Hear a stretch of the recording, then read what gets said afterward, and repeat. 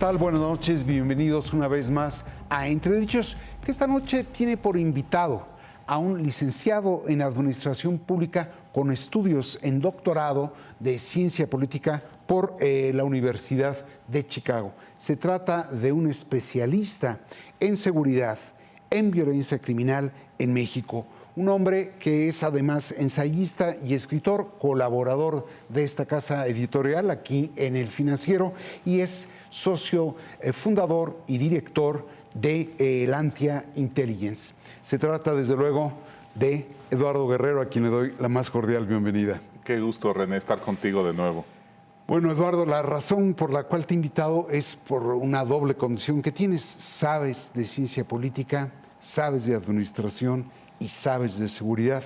Y hace ya, este martes, hace 9 días, que se presentó el proyecto de paz por parte de una serie de agrupaciones religiosas, el episcopado, los jesuitas, las asociaciones de religiosas y religiosos, como también de laicos.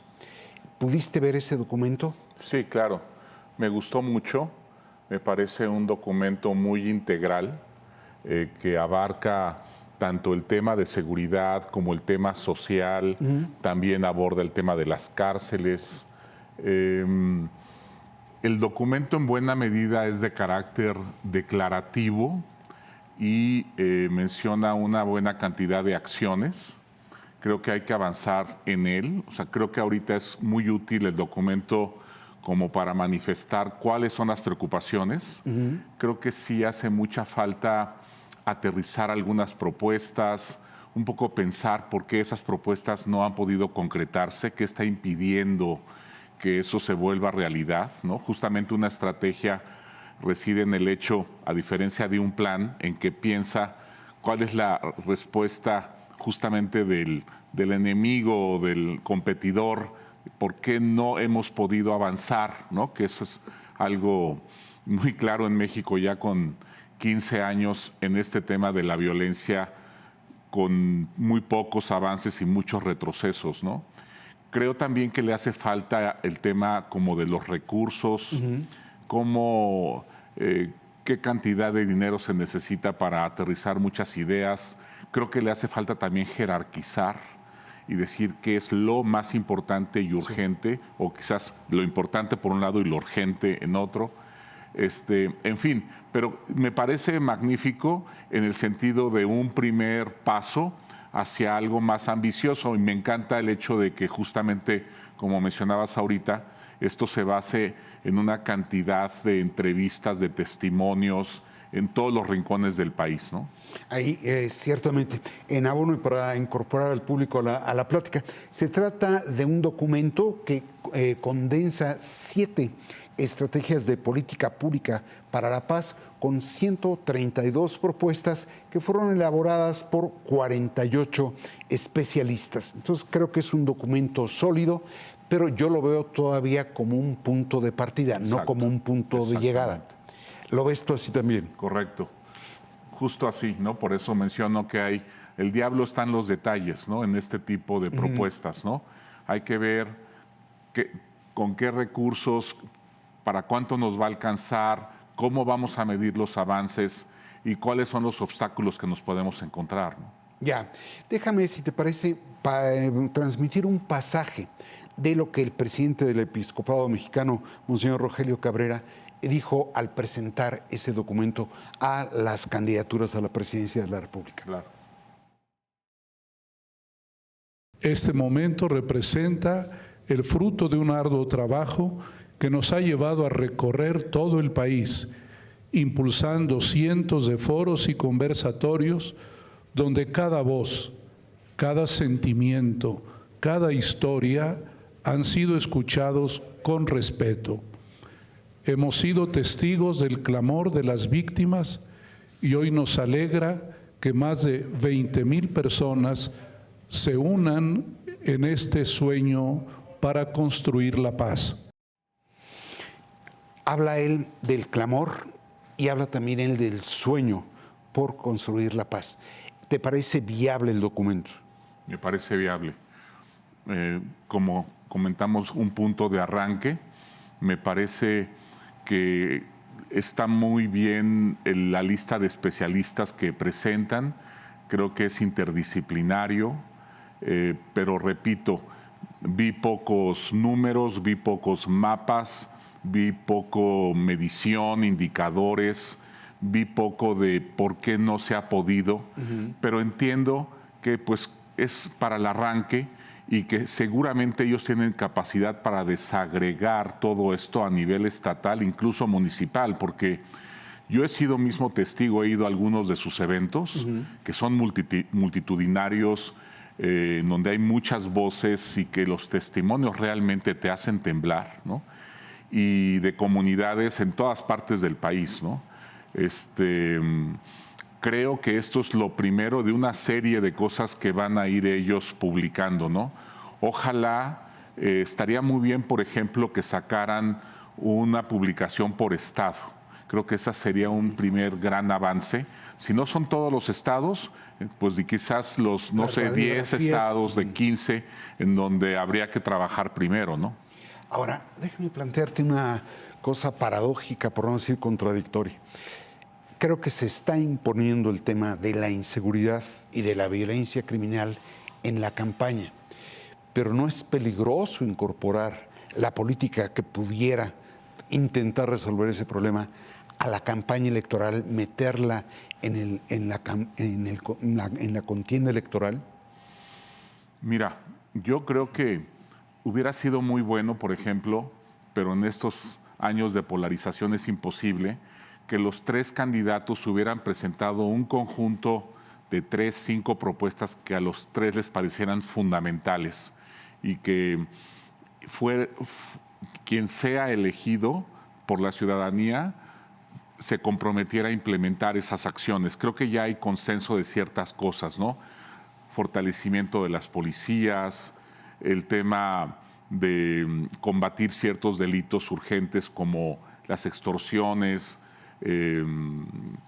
las desapariciones que se han disparado durante este gobierno, el tema, digamos, de la extendida presencia criminal que también, de alguna manera, se promovió y se permitió con esta política de la primera mitad del sexenio de los abrazos y no balazos, en donde le dejaron un poco al crimen organizado que se estableciera en nuevas regiones en el país, ¿no? Yo creo que sí hay temas como muy urgentes donde sería fácil encontrar acuerdos entre los candidatos y después que ellos pusieran algunas piezas originales de sus propuestas, ¿no? Que por cierto, yo he visto pues cierta reiteración ya de ciertos lugares comunes de la caja de herramientas tradicional. La verdad es que ninguna propuesta me ha sorprendido, no me parecen propuestas originales. La carta de Sheinbaum es fuerte porque ella gobernó la Ciudad de México y en ese gobierno se registraron avances importantes, ¿no? Pero tienen que ver pues también con cosas que ya sabemos, como la importancia de que colabore la Secretaría de Seguridad con la Fiscalía, de que se implementen inteligencia y se acompañe al gobierno con el sector privado en algunos comunicación, por ejemplo, para que ciertos polígonos donde están establecidas empresas y que son de alto riesgo. Estoy pensando, por ejemplo, en cosas que yo vi, ¿no? Donde el gobierno ponía un dinero para llenar ese lugar de cámaras, la mitad, y el gobierno de la Ciudad de México ponía la otra mitad y se lograba iluminar toda esa zona que tenía un efecto disuasivo muy importante en los robos a los empleados de esas fábricas o de esas plantas, ¿no? Productoras. Entonces, yo creo que ella está como, la veo como muy segura presentando las cifras de su gestión, pero el país no es la Ciudad de México. Ojalá fuera. O sea, en el país está plagado de lugares ingobernables cuyas condiciones, características no tienen nada que ver con la Ciudad de México. De hecho, muchos de los problemas que padecemos ahorita están en las zonas rurales o suburbanas, ¿no? Sí. Cómo están hostigando a los mineros, a los ganaderos, a los agricultores, cómo le cobran cuota a los limoneros, a los mangueros, a los aguacateros. ¿Cómo va a abordar eso el gobierno? ¿Cómo va a evitar el surgimiento de nuevos grupos de autodefensa? En fin, el tema de las desapariciones tan dramático. El tema, por cierto, de las desapariciones tiene tres dimensiones muy graves. Uno, hombres, es reclutamiento forzado para el sicariato. Mujeres, es trata de personas. Y otra dimensión son simplemente cadáveres que quieren desaparecer para que no haya una investigación en forma de esos asesinatos, ¿no? No hay cuerpo del delito. A ver, me diste una respuesta muy extensa y muy interesante. ¿Tú hubieras deseado que los tres candidatos, al ir a suscribir el compromiso por la paz, firmar un compromiso es contraer una obligación, hubieran llevado tres propuestas que para ellos son primordiales y vieran si se pueden integrar, al menos en esos tres puntos principales, las posturas de los tres? Así es. Y por el otro lado, no te acaban de convencer, particularmente los planes de Claudia Sheinbaum y de la propia Xóchitl Gálvez. ¿Es correcta la interpretación? Así es, me parecen, digamos, incompletos. Ojalá continúen presentando ideas, ¿no? Pero me parecen que para la dimensión del desafío que tenemos, René, pues son cosas muy chiquitas, ¿no? No veo yo cómo con esas propuestas podamos estar pensando en que en 5 o 6 años el país ya esté en condiciones muy distintas, ¿no? Estás tocando un temazo que te voy a preguntar después. Dice el documento, el compromiso por la paz que impulsan la Iglesia, lo tengo que leer, dice que se puede, es posible la paz si se construye con una mirada de Estado y no de partidos, de diálogo y no de polarización, de horizonte y no de inmediatez. En ese sentido no es contradictorio decir, poner como precondición esto, no puede ser de partido, no puede ser inmediata, y llamar a los candidatos de los partidos a suscribir ese compromiso. Bueno, esos candidatos de partidos están aspirando a un puesto, el más importante del país, con la responsabilidad justamente de implementar medidas de largo alcance, ¿no? Entonces, en ese sentido, la condición de que sean candidatos de partido no les impide a esos mismos candidatos proponer cosas que trasciendan sus propios periodos sexenales, ¿no? Por ejemplo, cuando tú propones un servicio civil de carrera, por ejemplo, para la policía, para una policía nacional o para el servicio electoral o la autonomía del Banco de México, pues eso te va a trascender a ti como presidente, ¿no? Ese es el tipo de medidas de construcción de Estado que no veo, ¿no? Por ejemplo, el corazón del asunto de la capacidad civil para enfrentar al crimen tiene que ver justamente con temas de servicios de carrera, ¿no? ¿Cómo hacemos un sistemas de carrera, de guardias de cárceles, de policías preventivos, de investigadores criminales que puedan gozar de justamente un horizonte laboral largo, con un sistema de incentivos y sanciones y una evaluación del desempeño que les permita ya establecerse en esos cargos, especializarse y dar resultado en el mediano y largo plazo, ¿no? Porque estamos llenos de improvisados en las agencias de seguridad y procuración de justicia. Son los cuates, son los compadres, son los reciclados que andan son los multiusos, ¿no? Que no se especializan en los temas y por eso es tan decepcionante su actuación al investigar o prevenir delitos. Ya, estás tocando unos temazos. Ahora, déjame, antes de entrar ya en sí a lo que serían políticas de Estado en materia de seguridad, revela un fracaso de los gobiernos, porque digo, prácticamente cada partido ha tenido un fracaso en el gobierno. Así es. Revela un fracaso el que sea la Iglesia la que convoque a la sociedad a buscarle una salida, en vez de que sean o el gobierno o los partidos. ¿Es parte del fracaso? Híjole, qué pregunta tan compleja. Yo creo que sí hay un fracaso en no solo proponer, sino también implementar, ¿no? Se han prometido tantas cosas. Podemos archivar tranquilamente tantas propuestas que se están haciendo ahorita o que se hicieron antes y que nunca se cumplieron. y que llegue un actor con legitimidad y credibilidad social y ponga en la mesa los temas, que ponga, por cierto, temas como el tema del tejido social, que es muy poco abordado por los candidatos, y diga que acompañado del fortalecimiento de las instituciones se necesita una política social que atienda los rezagos, que ponen las condiciones favorables para el crecimiento de la delincuencia, me parece muy valioso, ¿no? El tema de las cárceles, por ejemplo, o de justicia, que están muy vinculados y que aparecen en el documento, que también vengan con una serie de propuestas muy concretas, me parece muy enriquecedor, ¿no?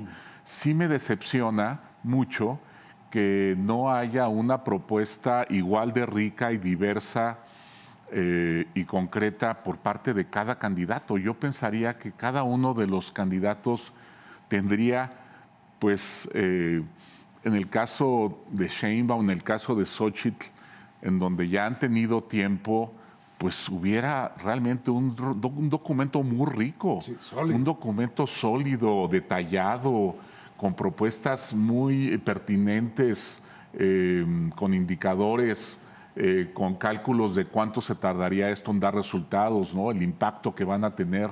Y no hay nada, no hay nada. Y tenemos una crisis cada vez más grave, en donde ya está, ahora sí que ha metido en un predicamento al Estado mexicano. Ya no tenemos control territorial en varias zonas del país, lo perdimos ya completamente, ya no es como antes que era intermitente ese control criminal, ahora ya es permanente y es digamos, declarado por el crimen, ¿no?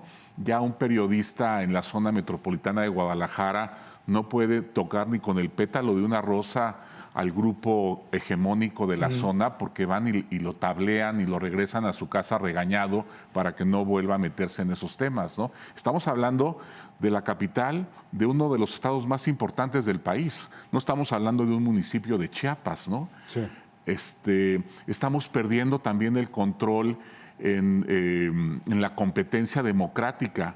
Le hemos entregado ya una capacidad de veto al crimen en quién se puede presentar y quién no a ser candidato a las alcaldías, porque saben los propios candidatos que si no cuentan con el visto bueno del capo del municipio, de la zona, pues lo pueden fácilmente amedrentar, intimidar o incluso asesinar durante su campaña, ¿no? O lo contrario, a plomo o a plata, ¿no? Exacto, ¿no? Híjole, vamos a regresar a este último tema que has tocado, pero déjame ir primero a una pausa.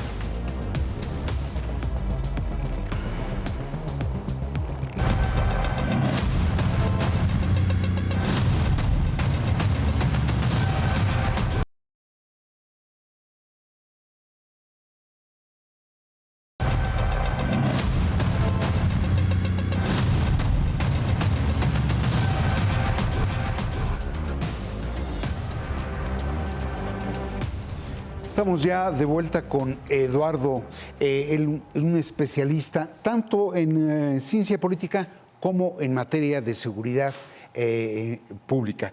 Y ahí nos quedamos en que decías que se ha perdido el monopolio en materia del control del territorio. Yo agregaría, se ha perdido el monopolio del uso legítimo de la fuerza, se ha perdido el monopolio incluso de la hacienda, del tributo.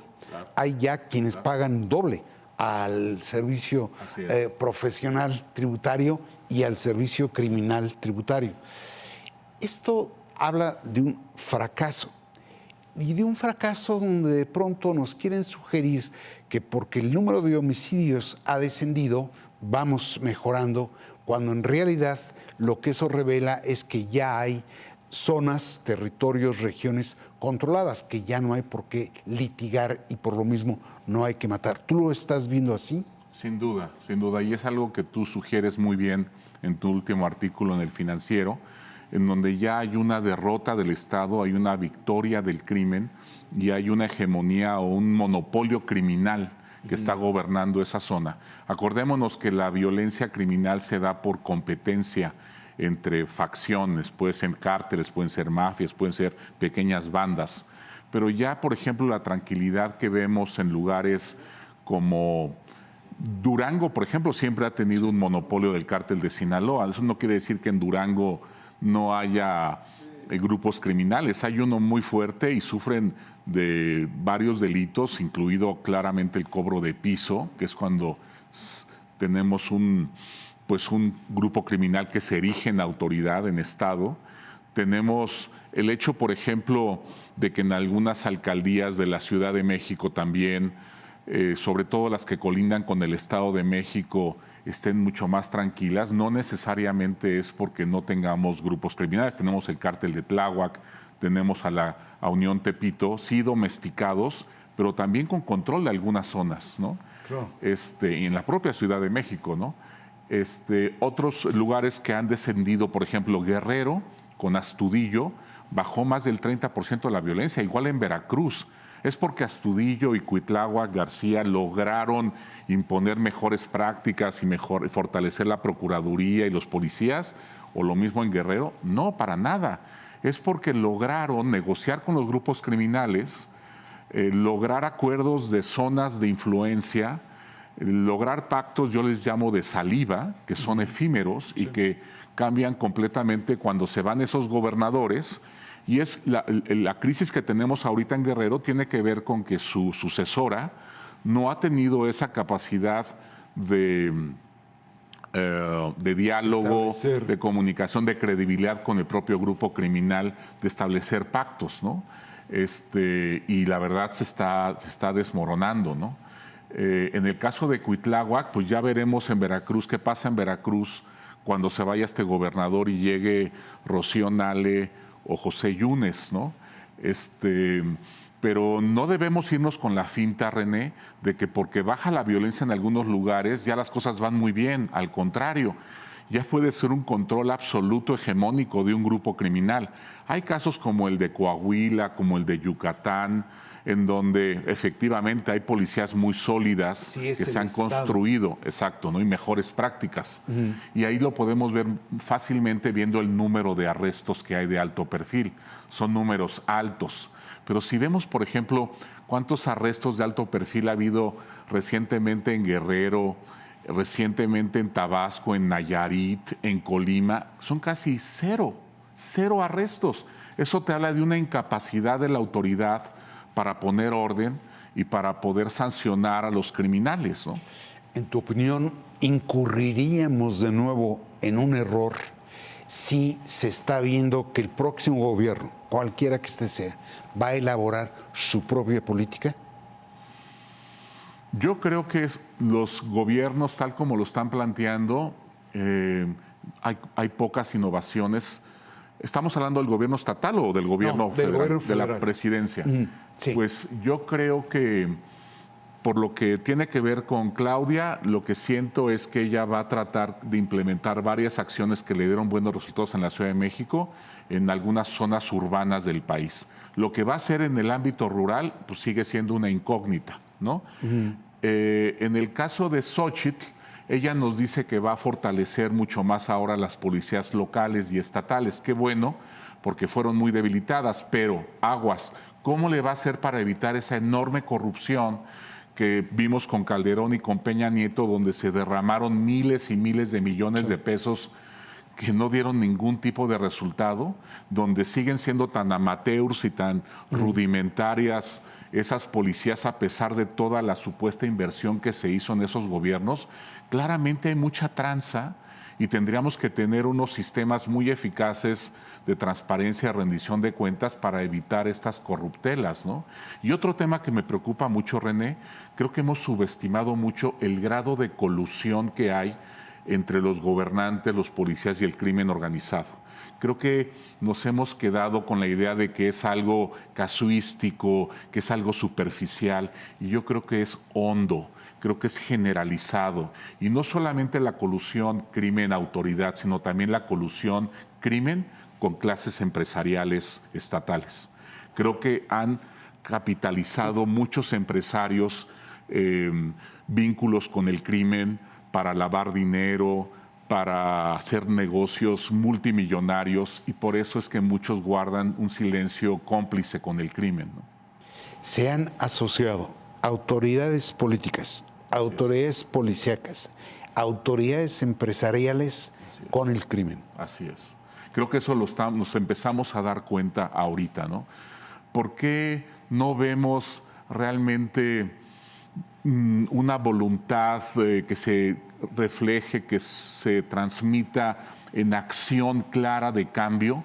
Ya pasaron 15 años con esto y vemos una inacción, una pasividad, una omisión de gobiernos, de empresarios, de policías, como bien dices, tremenda, ¿no? Yo por eso en un principio celebré la creación de la Guardia Nacional. Dije, por fin vamos a irnos contra las cúpulas criminales con capacidades militares. Pero después, cuando vi que les tenían prohibido justamente enfrentarse con ellas y que iban a dedicar, la Guardia se iba a dedicar a vigilar perímetros, ¿no? Porque ahora de manera socarrona, irónica y burlona, la gente le ha apodado a la Guardia Nacional los reyes del perímetro, ¿no? Porque cuando van a pedirles ayuda, siempre le dicen, perdóneme, pero mi jefe me pidió que yo cuidara el perímetro, yo estoy aquí en el perímetro. Entonces ya la población les llama los reyes del perímetro, pues burlándose de ellos y hablando de la inutilidad de estos guardias nacionales en varias zonas del país, ¿no? Ya, si te parece, déjame proyectar algo que justamente en ese encuentro del lunes de hace 9 días dijo Juana Ángeles Zárate, la presidenta de la Conferencia de Religiosos y Religiosas Superiores. Este compromiso es una semilla que trata de dar respuesta a algo que nos ha preocupado mucho, que es el fracaso de la estrategia de seguridad durante más de 18 años y que se ha ido agudizando y que nos lastima y nos preocupa hondamente. Estamos aquí para sumar, no para dividir ni para polarizar. Buscamos acercarnos, buscamos construir y buscamos que cada uno sumemos para la construcción de la paz.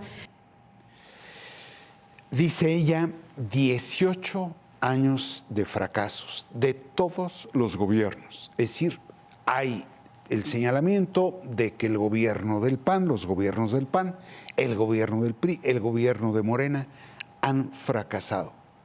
Tú así lo ves, es decir, sí hay un cúmulo, como ella dice, de más de 18 años de un fracaso que se está agudizando. Sin duda. Sin duda. Sin duda. Viéndolo en conjunto y viendo la situación hoy de las capacidades institucionales del Estado mexicano, lo veo como un gran fracaso. Ahora, y ella también señala, estamos aquí para sumar, no para dividir ni polarizar. La división y la polarización complica la posibilidad de diseñar una política de Estado.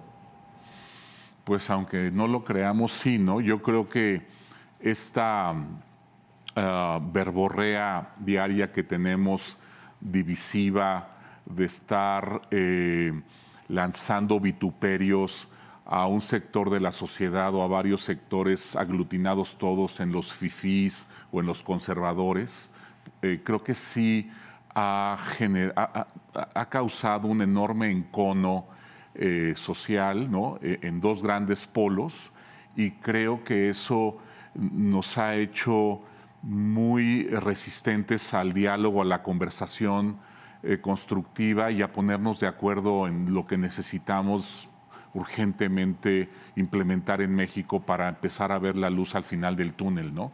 Yo por eso, René, al ver ya, te confieso que el evento de Chilpancingo, donde los ardillos bajaron a 3,000 personas del monte, tumbaron la puerta del Palacio Estatal y casi hincaron al gabinete de Evelyn Salgado en la plaza de Palacio para que les arreglara el tema de la distribución de las rutas de transporte público. Cuando yo vi eso, dije, esto sí ya traspasamos una línea. Yo nunca había visto tal descomposición en ingobernabilidad y seguridad al mismo tiempo.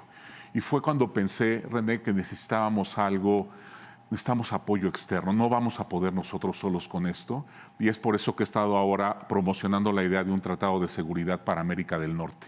Creo que necesitamos externamente que alguien nos empuje, nos presione para que hagamos las cosas bien y pongamos reglas y las respetemos aquí para desarrollar una policía y un ejército capaces, investigadores criminales, incluso el sistema de justicia. Tenemos que reformar un montón de leyes anacrónicas que en lugar de facilitar las cosas las complican y son obstáculos para poder pacificar al país, ¿no?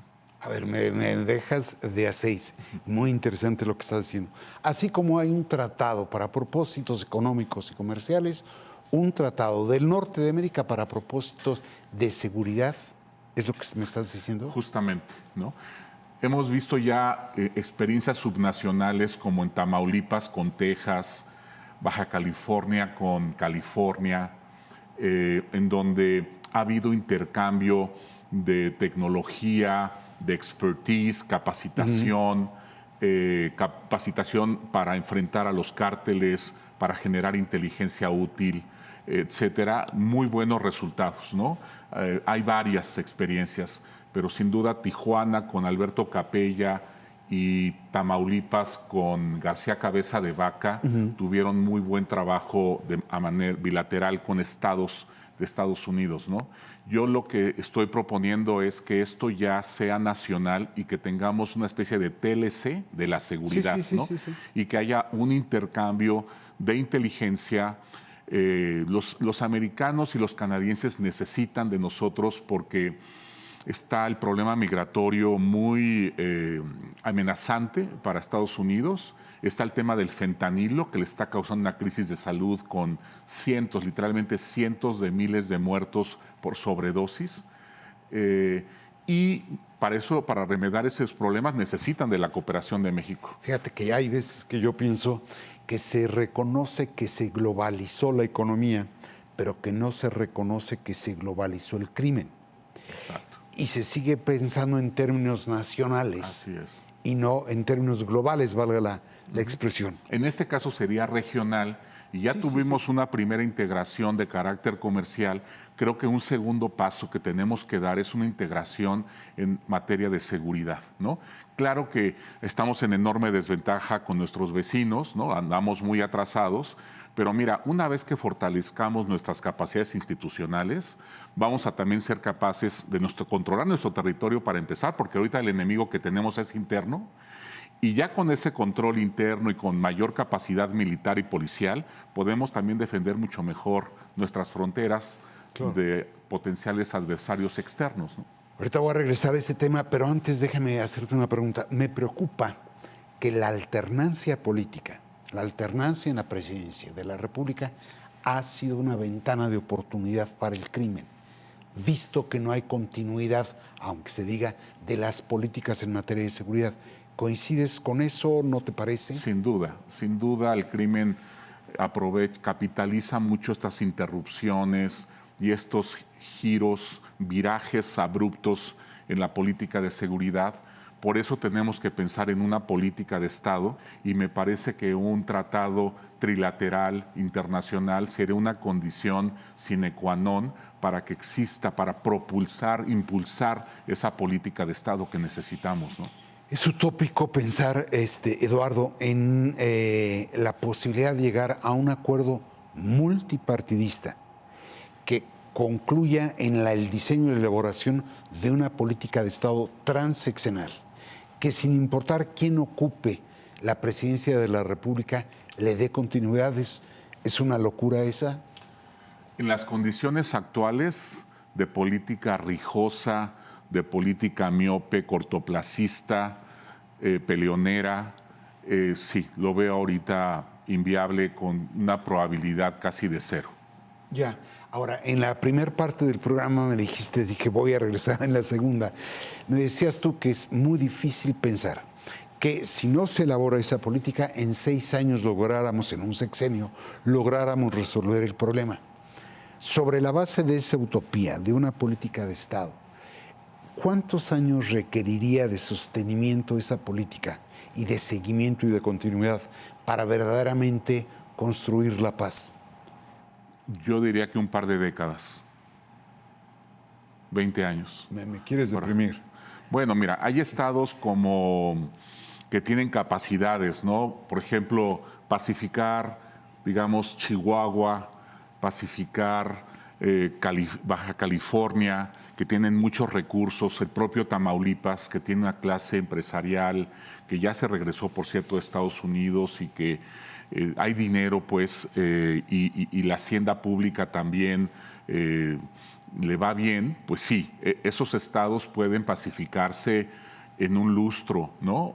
En menos de una década, pero lugares como Guerrero, lugares como Chiapas, lugares como Nayarit, yo ahí sí veo que tendríamos casi que empezar de cero en materia de construcción institucional, y además veo una gran base social del crimen, donde ya arraigó, ya echó raíces.